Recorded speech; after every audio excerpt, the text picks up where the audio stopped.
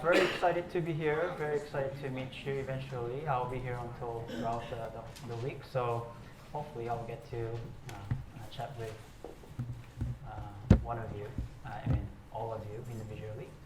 So my name is Hyung-soo and I am founder of Eone Timepieces.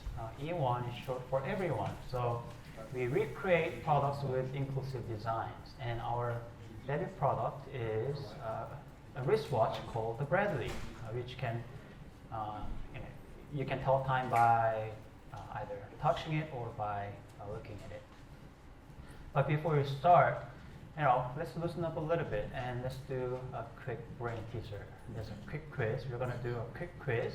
If you have heard about it, if you study psychology, probably you have seen it before. If you know the answer, don't say the answer yet, so that other people can, take a little bit of time to think about it. So here's the story. A father and son, they were driving to a movie theater. The father was driving, and while they were driving, unfortunately, they got into a deadly accident. So a truck hit their car. So the father, unfortunately, died immediately, and the son was alive.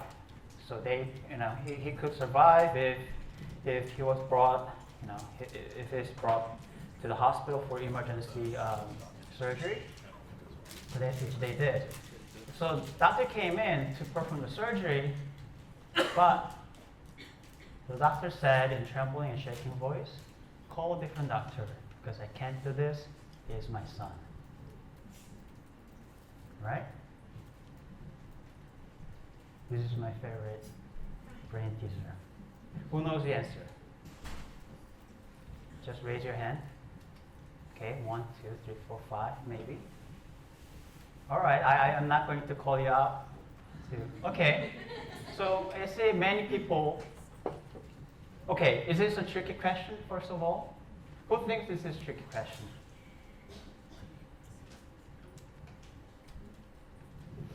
All right. So who knows the answer? The ones who have not. If this is among those who read this for the first time. Mm-hmm. Yeah. Mm-hmm. Who do I think it is? His mother. Mm-hmm. The answer is the doctor was his mom. Right? The doctor was his mom. So this is a very famous study. So when the experiment presented this to a group of people, all different types of people, different backgrounds, different gender, different ages. They thought this is a tricky question. One common answer was, well, maybe they're gay couple. And the doctor is a gay man, right? But less than 20% of people who were tested could figure this out.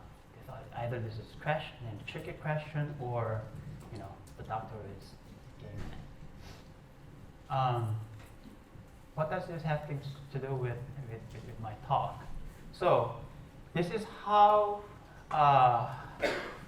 strong the common stereotypes can mess you up when you're running a business. So my talk is going to focus on the importance of validating your hypothesis and knowing your customers. And what I mean by knowing your customers is not by doing a couple of email surveys or just meeting with them one by one for a couple of hours for a couple of interviews. It has to be a lot deeper than that, because we are surrounded by all these very strong and very powerful stereotypes and misconceptions. We tend to skip many procedures that we need to check every time. So I'll give you a really good example, which I did. Big mistake that I made, which causes me a ton of time, money, and effort.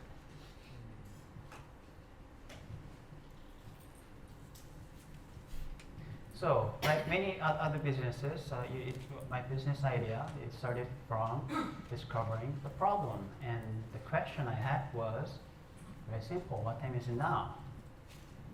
One of my classmates, he was visually impaired. I got to sit next to him a couple of times, and one day he poked me to ask me what time it was. Hey, Youngsu, what time is it now? So I told him. You know. The next day, in the next class, it happened again, and it happened again and again. So I was getting quite annoyed. Not by him, but just the situation that he had to disturb me every time he wanted to find out what time it is. So, and then it kind of made me curious, what kind of, and that made me realize that all the watches out there, all the watches that I could think of, it require vision. Maybe that's why we call it a watch, right?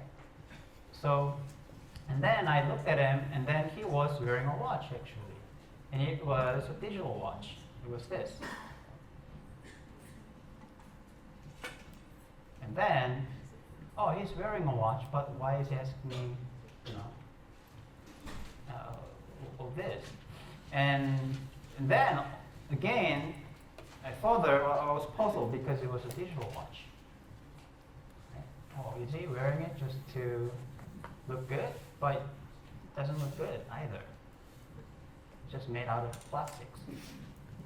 So I asked him after the class, so, I see you're wearing a watch.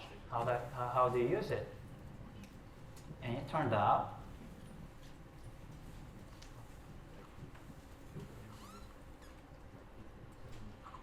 so it's broken again because it's really cheaply made. It's a talking watch. So you press a button and it speaks out the time. And obviously he could not use this because it's audibly disruptive during the class, during the meetings. Everyone knows that you're checking time. Right? Later, whenever the professor went over time, he pressed it to just remind him that it's time to end. But most of the time, he could not use it.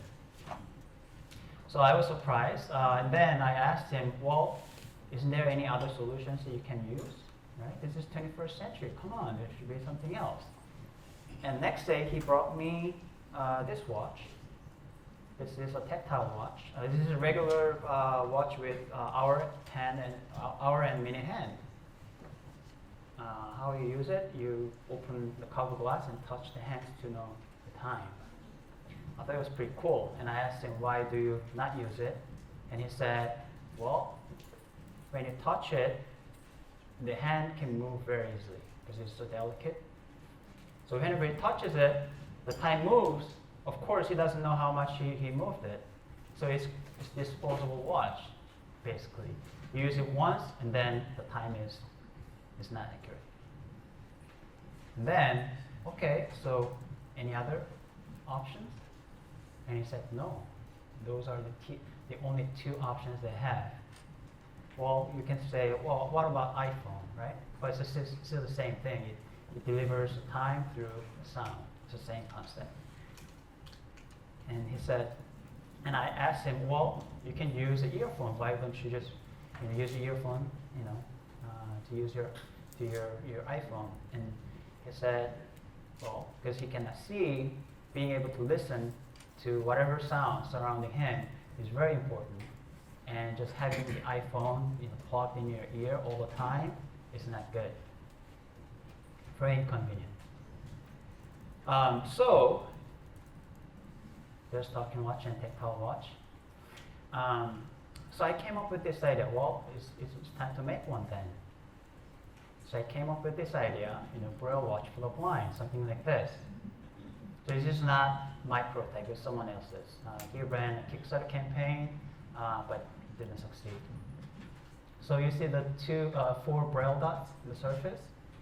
So you'll be touching those Braille dots to know the time. That was a brilliant idea. So I contacted him. Well, I see that you stopped working on this. Is it okay if I pick it up and continue? And he said, go ahead.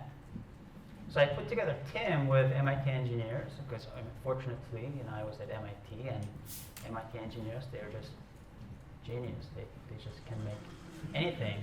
You throw, an idea, and they'll make it happen. So I was very fortunate to team up with amazing engineers. So we worked really, really hard for a couple of months to develop this concept and the prototype, which we did. And I talk about this all the time. This was my project for new enterprises, top 5 build. And I did not get good grade because I was one of the fools that believe that entrepreneurs cannot be taught. And I thought, I would rather just go out there and just work on my project instead of sitting in the classroom to learn about entrepreneurship. So whenever the assignment reviewed, whenever I had my assignment paper reviewed by Bill, the comment was always, have you talked to your customers? Who are your customers? And to me, it was very obvious that the blind people, if we make this Braille Watch for the blind, it will be a huge success. All the blind people will use it because compared to these two solutions they had, it's just superior. But because of the class assignment, there was a class assignment that you have to meet your type customers and get feedback to the interviews. So in Boston, luckily there are many organizations that serve the blind. Perkins School for the Blind, Carroll Center for the Blind. There's a really, really good in the city for this type of project. So I reached out to them. So we arranged a couple of meetings. So we did a user group testing. We're very excited. So we went in with our prototypes, and I said, well, we're very excited to be here because we're going to present our prototype, which is Braille Watch for the Blind. As soon as I said that, one person raised his hand. He said, well, you said Braille Watch for the Blind. How many of us do you think can read Braille? The first meeting was 50 of them, all blind.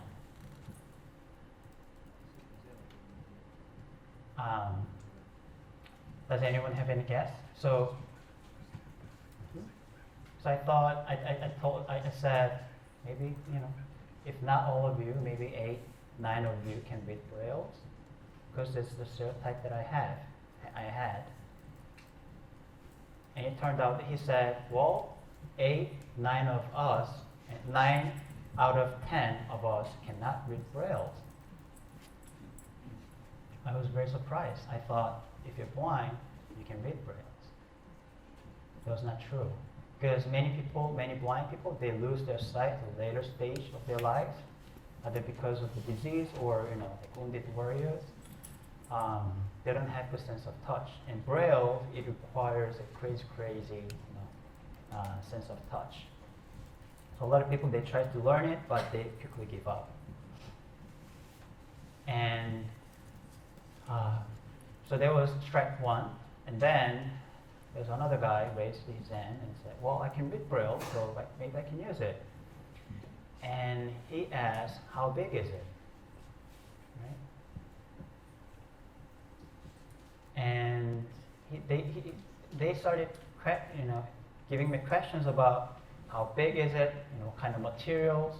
They said, well, I don't like any products that are made of cheap plastic materials because it doesn't feel like good quality. And the next question was even worse. What color is the strap? Just me standing there. Who are these people? Right? You guys are blind. Why do you care so much about color and design fashion? They never asked me any question about the functionality in the first meeting. That was strike two. And the third question was, okay, that's fine. Is it specially blind, the custom made for the blind? And I said yes. And I thought they really liked, the fact that it will be specially designed only for them, because it will make them kind of feel special. And they hated it. They hated it. And it turned out that what they really want is something that everyone else likes to wear or use.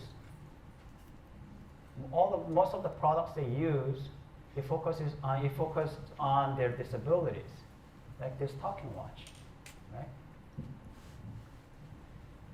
So that was track 3 out. Literally after that first meeting, we had a little bit, a couple of more other meetings as well, thinking that group was just weird, it's just abnormal. So let's try with other groups. And we met with 2-3 more blind user groups, but it was all the same. Always. First couple of questions is about the color, design, instead of the functionality. So it was just within 1 week. And literally after that week, our concept and our prototype went straight down to the trash, because no one wanted to use it. So here's the biggest lesson that I learned. We identify a problem and we come up with a solution.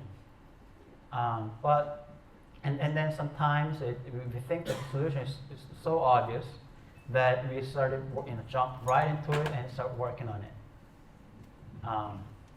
But every step, in the earlier the better. It takes a little bit more time. It might seem like too obvious and you're wasting your time, but still it's so important that to check that what you're trying to build for them is something that they want. Instead of, you're building something that you think they want or they need. It can be totally different. What I was trying to build was totally the opposite of what they wanted. So, and then after that, all the engineer team members, they left. So I was back to solo. I was very absolutely miserable, because I spent a lot of time, effort, and my personal money to pay part-time to the engineers, and they all left. It took 1 week for that to happen. Then the first meeting, the first blind user groups, I emailed them again, and I asked them if they're willing to help. If I'm still committed to come up to make a solution, and then if they wanted to help out. And I'm telling you, I got the exact number, 22 replies from them out of 50. They're saying, they'll meet with me anytime they want. Anytime I want, I need it. So that's when I started, interviewing them one by one, spending hours and hours and hours to really figure out what they want, what they do during their free time. Not just about the watch they use, but just to trying to understand their lives, right?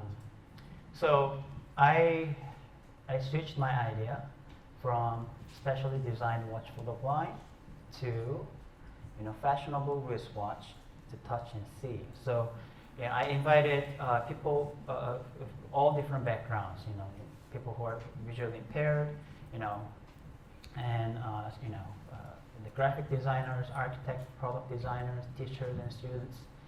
And that's when I realized that even people who are sighted are interested in wearing a watch that can tell time without looking at them. So for example, during the meetings or interviews, oftentimes it's considered rude to look down to check time. So you can check time with a tactile watch. You can check time by touching it. Whenever I have dinner with my wife for anniversaries, dinner with my in-laws is a very, very good example. Nowadays, whenever I have a celebration dinner with my wife, private, very cozy dinner, I'm not allowed to put my arms under the table because she knows that I'm checking time. But anyways, so we worked. Our main goal was to focus on not just the functionality, but also the aesthetics of the watch. So you had to look good, so that no matter if you're visually impaired or not, you'll like this watch. And as soon as to really win our core customers' desire, who are visually impaired, we have to be famous among the sighted community, the mainstream community, like design fashion community. Otherwise, it will become just another poorly made watch only used by blind people. So this is our design upgrade.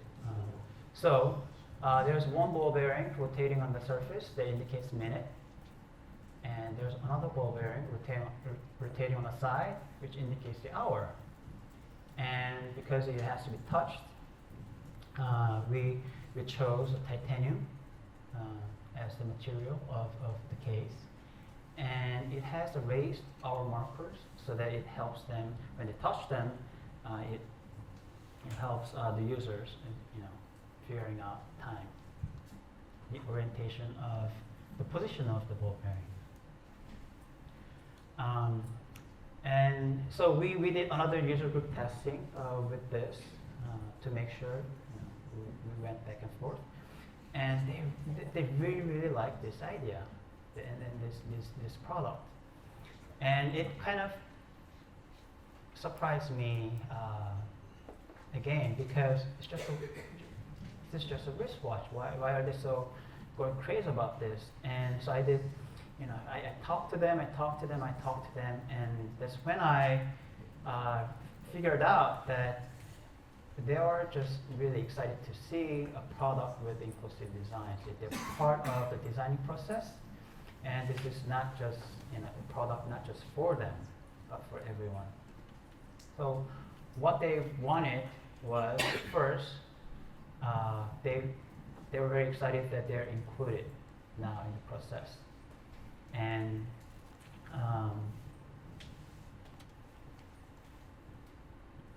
what I found out during the interviews was that by talking to them more, it was we assumed that this is 21st century. We assumed that the disabled people's lives are getting better and better because the technology is advancing so fast. We think that, but in reality, it's going in many aspects. It's going the opposite direction. For example, look at all the really good, crazy electronic gadgets you have, like cell phones, tablets, remote controls, even the vending machines. They started using touch screen panels because design-wise, it looks very clean and good. It looks good too. But if you cannot see, then you cannot use any of those. So many people who are visually impaired that I interviewed, more and more people, they have to go to the Salvation Army store or Goodwill, so the junk stores to find the old junkies with big knobs and buttons they could feel. Because those junkies they can use easily because they can feel everything. But most of the recent products that are coming out, is very hard to use because it's designed around to fit sighted people very heavily. But even those, the junkies are disappearing. It's becoming really hard to find even in junk stores. So what they could only do is they just wait for some of the big electronic companies to come up with limited edition, like the TVs for the blind, or these washing machines for the blind, and they distribute it for free. And for those who are receiving those for free, you might think that, well, that's a pretty good deal, but the side effect is they're losing more and more of the independence and confidence, because they're getting so used to just receiving everything for free. And the stereotypes that people have, oh, if you're disabled, then you are to be helped, and here's the free stuff for you. And the parents who have visually impaired kids, they just hate it so much. They want their kids to grow up and to be included in society as naturally as possible. So to us, the much bigger problem is the misconceptions and the stereotypes people have, and just the design process in general, instead of just this simple watch problem that I initially thought of. So after that, we pushed even further. We want to be more storytelling company, so that people know what's going on through our products, and also to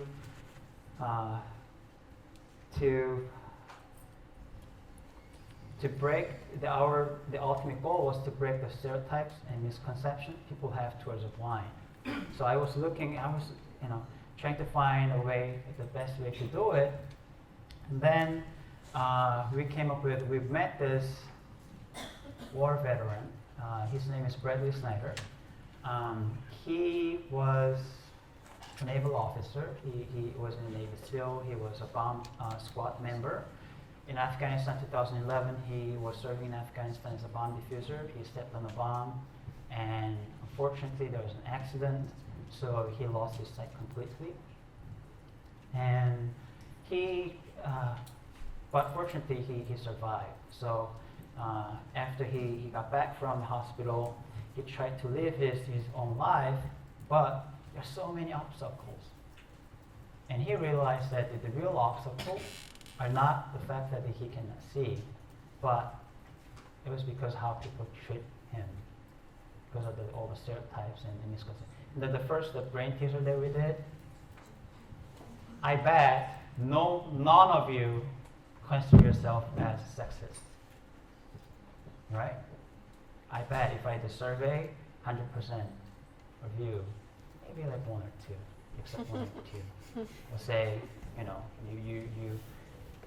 all about equal gender opportunities and you're not sexist. But what's more scary and what's even more powerful is that unintentionally, unconsciously, you can be. You're surrounded by the stereotypes so strongly. Even the doctor's example, that's how you're kind of, pre-programmed to behave or act. You have this conception, this stereotype that doctors, when you think of doctors, you picture the male doctors. They can really affect how the system is set up in a society, and can really be an obstacle for those, for females who are trying to be a doctor, successful doctors. The same case. So he realized that, and then he wanted to break the stereotypes by showing that he is still equally capable and amazing person. So he competed in the Paralympics in the following year. In the same day, 1 year after the accident, the same day, September 7th, he won his first gold medal in swimming. So he is a war hero and then also a gold medalist. So we came up with this idea of working with him, so that we named our timepiece after him. So that's why it's called the Braille. and we deliver his story through our product. If you see our video, our packaging, our brochure, everywhere, before we present the photos of our watches or describing about the watches, we always present his story first, so that the inspiring story is the first thing that people receive. So this is my favorite quote. I'm not going to let my blindness build a brick wall around me. It's by Brett Snyder.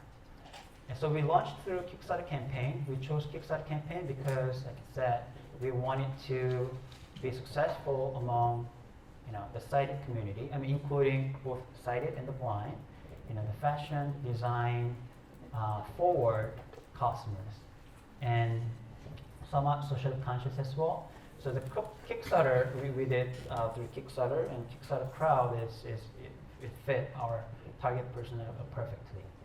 So our goal was $40,000. We passed the goal in the first day, and then we ended up raising close to $600,000.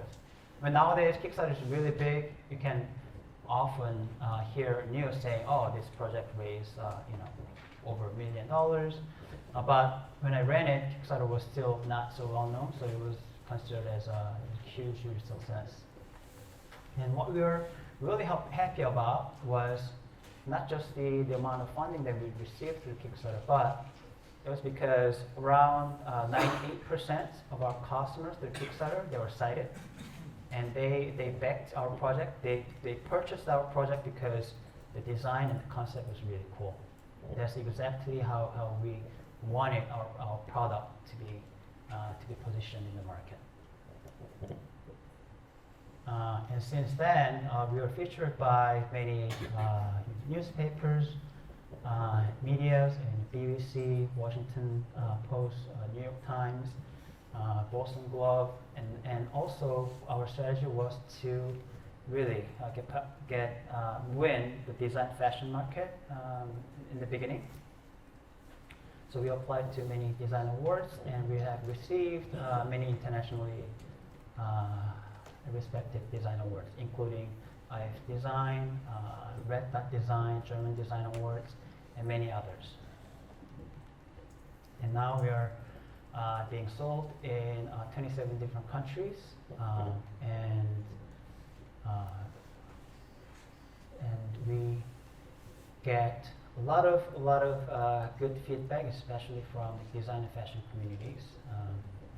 Of course, not always a good feedback, but the watch business is very tough business industry, because it was one of the most competitive and fully saturated market. If you want to run a business, this is the worst industry that you want to go into. Well, we are still doing pretty good. I think it was because even though we went through a lot of big mistakes in the beginning, we really tried to find the core of the business, and because we were successfully able to identify what is at the core that they really wanted. For the blind individuals, it was not just the watch, but it was their desire to look good and to be as fashionably, And why would they not be, why would they not want to look good? Is everyone's core desire. So we focused on that. So in the beginning, our target customer was like really tiny and small, because we were only focusing on the visually impaired individuals who are socially and professionally active, living in with a decent amount of income. But now, after we switched our focus, basically it can be expanded to basically everyone who cares about the fashion. So that is end of my talk. Trying to really, I try to focus on the importance of knowing your customers and validating your hypothesis, even though it looks like it's too obvious to waste your time to test, but it can save a lot of your time and effort, and it can have a huge, huge impact. Earlier, the better.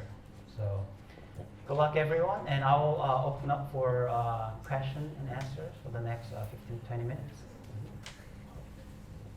Now, I want to ask you this straightforward question. What was your initial market size? Oh, my initial market size was tiny, maybe the max couple $1 million.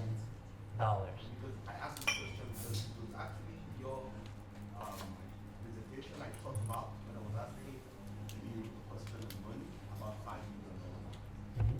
Because I watched the experience in 101, and I did a small calculation in my head of your market size. And I imagined that actually you had a very tiny market size, but somehow it was such a focused market Yeah. that would give you a very strong result. Yeah, so like Bill lectures earlier, it is really, really important to narrow down and come up with a target person, like one person. If there's one person that is going to buy this product, who that person is going to be. So the narrower you can get is better, but also people don't confuse it. Don't be confused by that doesn't mean that you need to focus on the limited market. So in the beginning, you have to target one person, right? Instead of targeting 100 people. But also, you always have to make sure that there's a potential to expand your target. So once you have the first customer, is your idea good enough to go to the next person, and the next person, and next person. So it sounds kind of like the opposite, but find your target persona in a very narrow and very focused group of customers in the beginning, but make sure they're at the center of much bigger target group. They're not, they don't fall into just one at the very edge of the whole spectrum.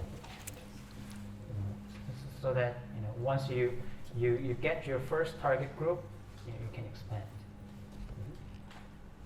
I feel like we can just take this out actually. I'm crunching. I'll just go on as a backup. Okay. No, I'll tell you what. My background, I studied psychology. My focus was in sleep, pure science. My master's, my bachelor's and master's, and then I did 2 years of PhD. I just dropped out in neuroscience. It had nothing to do with business, product design, engineering. So I'm the worst person to actually run this business because I have no sense of, I have no educational background, experience in design, marketing, and business. But still, if the problem that you identify, if it's something that you really, really want to, solve the problem, don't worry about it too much.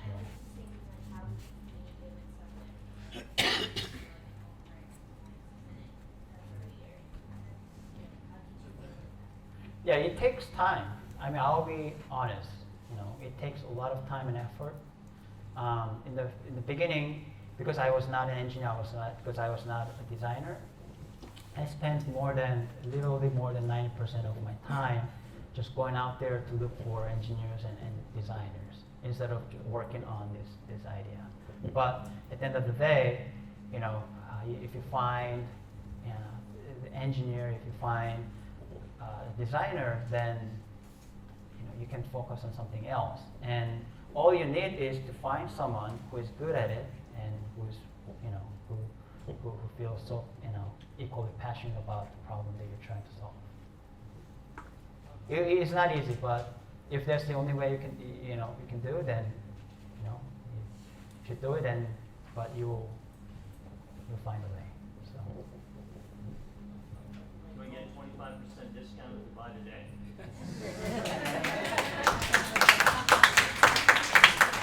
I'll give 30% discount for everyone here. I'll create, discount code for you guys. But it's only valid for the US and Europe. So.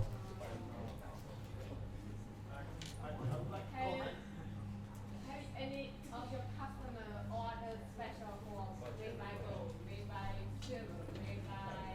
Yeah, this is actually kind of fun, but this is real. I'm not making this up. The real story. One person emailed us. So the question was there any request from the customers for the custom bracelets with the gold and silvers and other jewelries? So we received right after the Kickstarter campaign, we received an email from this lady saying, can you, the hour markers, can you, put diamonds on the hour markers because we are into diamonds. I ignored it. It's like this guy is just, making fun of us.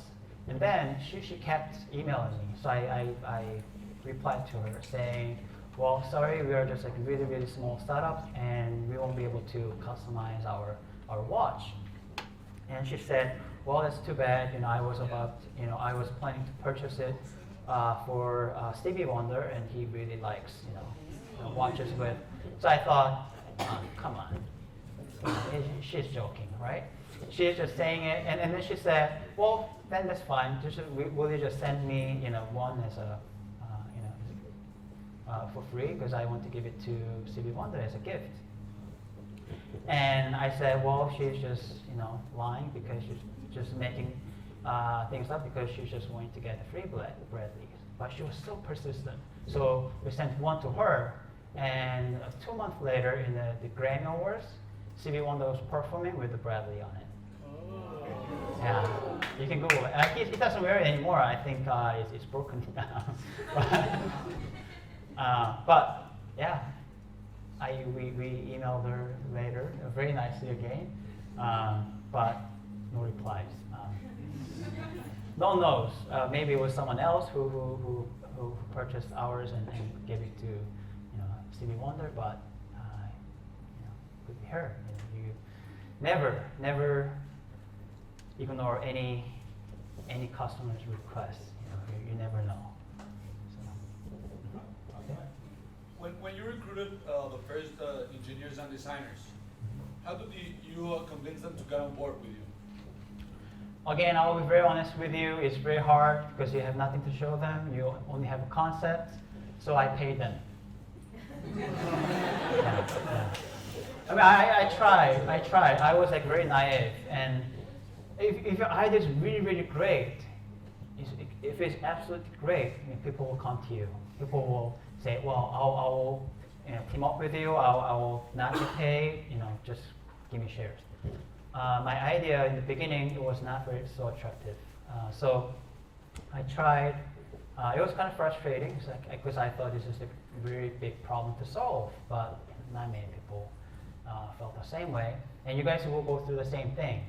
If your idea, you think that this is an amazing idea, it's like people will love it, but you pitch it, and the reaction isn't so great.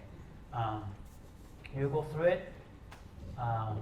Maybe some of you will not, but it is very, very common. So what I did was, okay, that's fine. You don't need to, be so passionate about this. I'll pay you. Then you make, this prototype for me. That's how I did in the beginning. In the beginning, I had nothing to show them, so I paid them. So the team, the turnaround time was really, really short. Like every month, and I had a new team because during the midterm, during the finals, they're busy, they stop working. But each time, you work with the first engineer, you have something. So first thing that I did was actually going to the RISD to look for industrial designer to just get a sketch.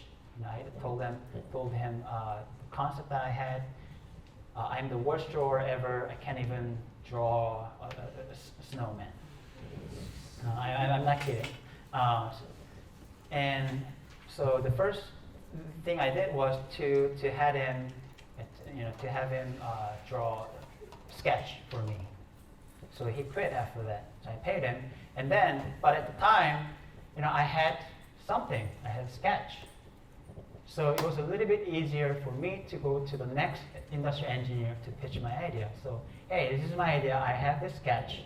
And then it was a little bit easier to convince him to be on board.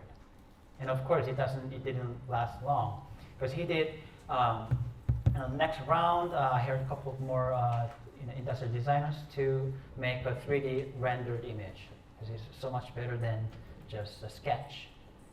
And then they quit. So you just keep doing that.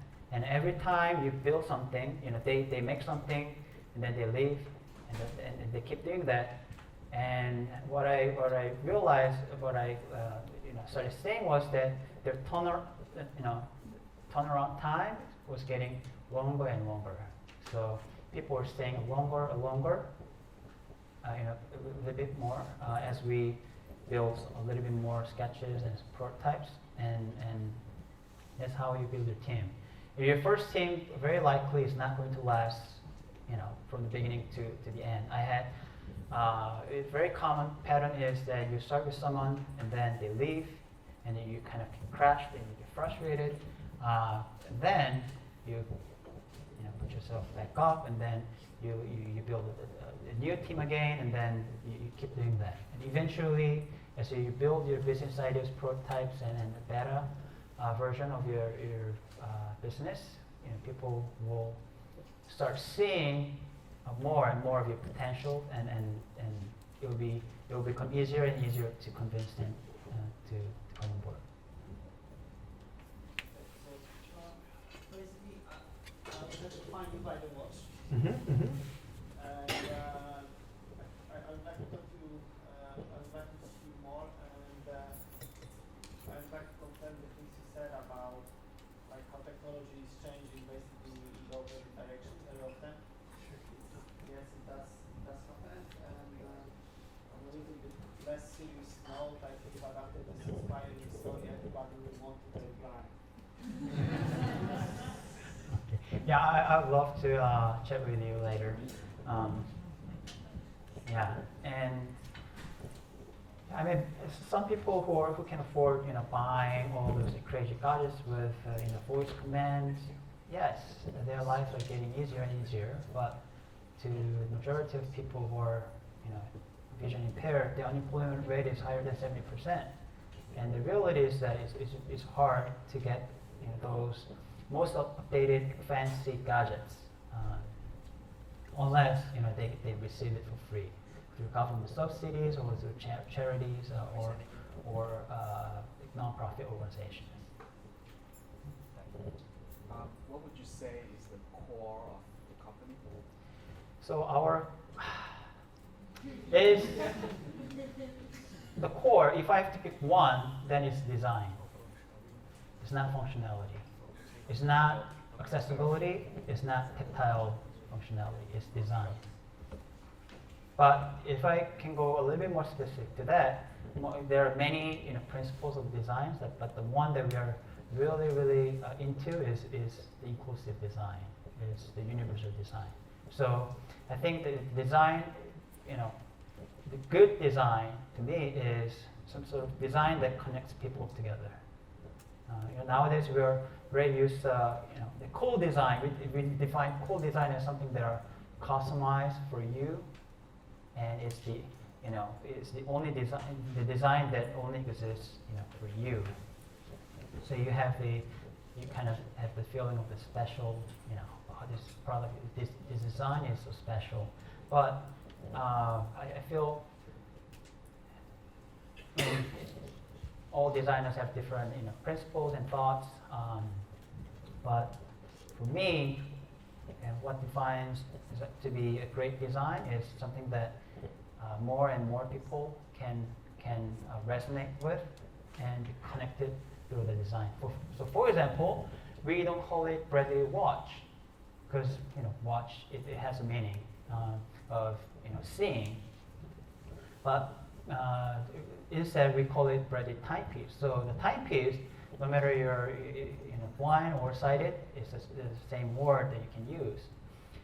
And when you touch our timepiece, if you're sighted, you know, by touching it, you can associate the experience, you know, which is the same as, you know, people who are blind or touching the timepiece to tell time. So you're sharing the common experience, because before you could only see to tell time, but now you can touch, and which is the same kind of experience you can share with you know, people who are visually impaired. So that's the principle in the core that we are going after. How many of the consumers are blind and how many are not blind?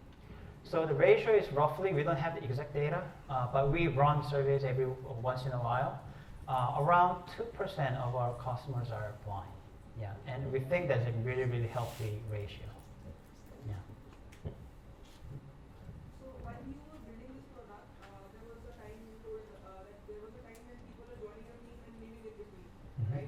So it would have been very disheartening. So did you think at any point of time that okay, let's learn design and build at least an MVP and then go ahead? Yes, I thought about that too, but luckily, I was so bad at design and engineering. So just like thinking of, you know, like learning by myself, it didn't happen. But it was one of the biggest strengths for me in not having any knowledge or experience or ability. And it sounds kind of, you know, ridiculous, but if I was kind of like design engineer or designer, then I would have just, you know, tried to do it by myself in my head instead of like talking to the customers. So, but because I didn't have any knowledge or ability in design engineering, the only way I could make sure this is something, you know, what I'm trying to build is what they want. It was to, you know, meet with the target customers and ask them, do you like this?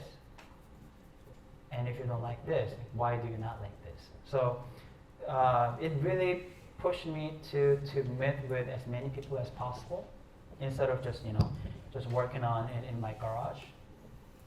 And I think that was, of course, it took, not exaggerating, maybe 10 times more money and time in the beginning, but I think it was a very fortunate situation that I had to go through that. I had to force myself to go through that. Otherwise, I don't think we could have been successful. Then next question is that since it is a hardware product, like, there must have been a lot of iterations, right? So when there's the first time when you know gave this product in hands of somebody, you know, who was the end user, how different was that product from where it stands from? Oh, it's very, very different. It's very different. Now, the common question is, like, when do you start launching, right? Like Bill said, as soon as there's one customer who's willing to pay for your prototype, then that's when you should start selling. Because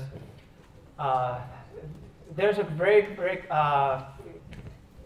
important in terms of getting a feedback from non-paying customers versus paying customers.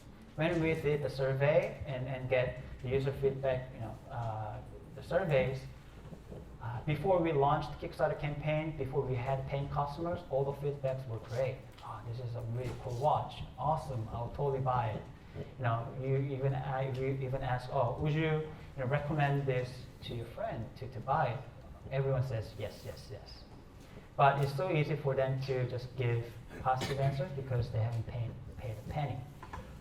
Once we launched Kickstarter campaign, if you go into our Facebook page or Kickstarter page, the feedback is bad, really, really horrible. Even you know, they pick on even like really, really small things you can think of, and they're really, really harsh and objective. No mercy, because they pay $200 to buy this watch. So until you get a real honest feedback from the paying customers, don't rely too much on the surveys that we receive because it's not objective. So the earlier you it can launch to have paying customers, the better. It can save a lot of your time and efforts. A lot of people, they wait until you have the best, the perfect prototypes before you launch, because you want to launch with a perfect product or services. But my recommendation is not to do that. Just get it out there as quickly as possible and do the test round, and then get feedbacks, and then improve it, and then keep doing that. But then I guess the problem with hardware production is that there has to be a minimum number of products for them to be manufactured, Yeah. commercially, right? So you need to hit that number before you launch a type of product. Yeah. So that's why we did the Kickstarter. Kickstarter, we knew like the minimum quantity that we needed for production. So Kickstarter was perfect solution for that. Anyone? Yeah. Who? Actually, I have a question about your product design. So I looked online at your site when I was and I found it a little surprising that it's not that water resistant. Just because I would think that there would be a need to kind of plan for unforeseen rain and also your initial clientele system. Yeah. So to tell you the truth, it is water resistant. It's a 50-meter waterproof, but we indicate it's only minimally water resistant. On our website, we say it's good to wear during the rain or during the hand wash, but not good for water sports. The reason is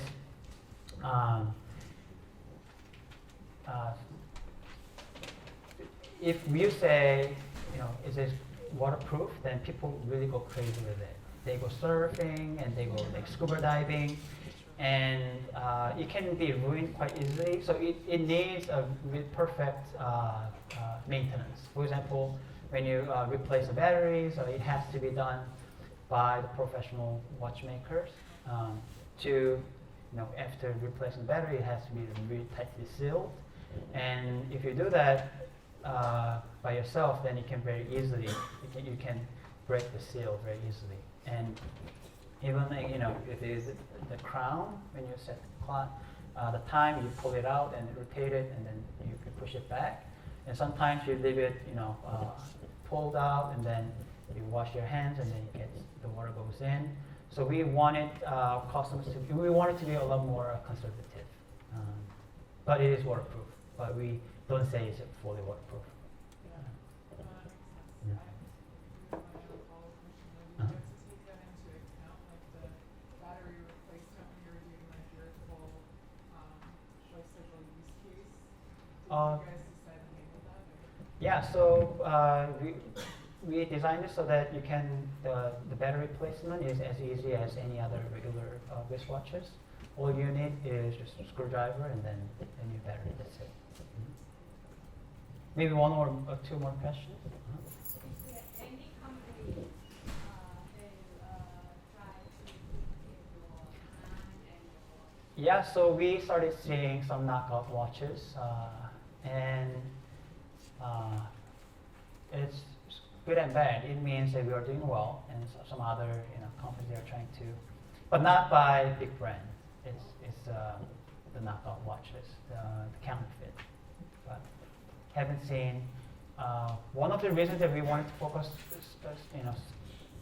so much on the storytelling, was because we also talked about is your product very easy to copy, right? Our this is just a design product, so it's relatively easy to copy. But the story of the Bradley Snyder and how we are branding it, I like the word branding, is so unique that it's hard to copy. A good example is Tom shoes. It's like a 1-for-1. Their concept is their design is really, really simple, and their shoes are very minimalistic, very easy to make. But none other brands have copied their design successfully because their branding is really popular around 1-for-1 business model. A while ago, Skechers, another big casual shoes company, they copied it, but it failed miserably because people were saying, "Wow, Skechers is now copying Tom's. So it did a lot of good marketing and PR for Tom's, but not for Skechers. Yeah. Maybe one more question, yes? What are your thoughts of designing other pieces that are designed for everyone, so other products? Mhm. So we always think about that. To be able to grow, you need to come up with the next products, and we keep thinking about that. But there's another thing. Before you launch your product, you have time to think about other things. You can take your time. But once you launch it, and once you have the paying customers, and you have fixed costs, you have sellers to go out, it's very hard to think about your next idea. It's the biggest challenge that we have now, where the Bradley is doing really well, but never know how it's going to go in the next year or two. So we need to come up with to be able to grow, to make our brand really to be established brand and stronger brand. We need to have more diverse product lines, but we haven't been able to do it because we're so busy with just doing with Bradley only. That's going to happen to you as well. Once your product or service becomes successful, you will be fully occupied to keep it alive and to keep it just rolling.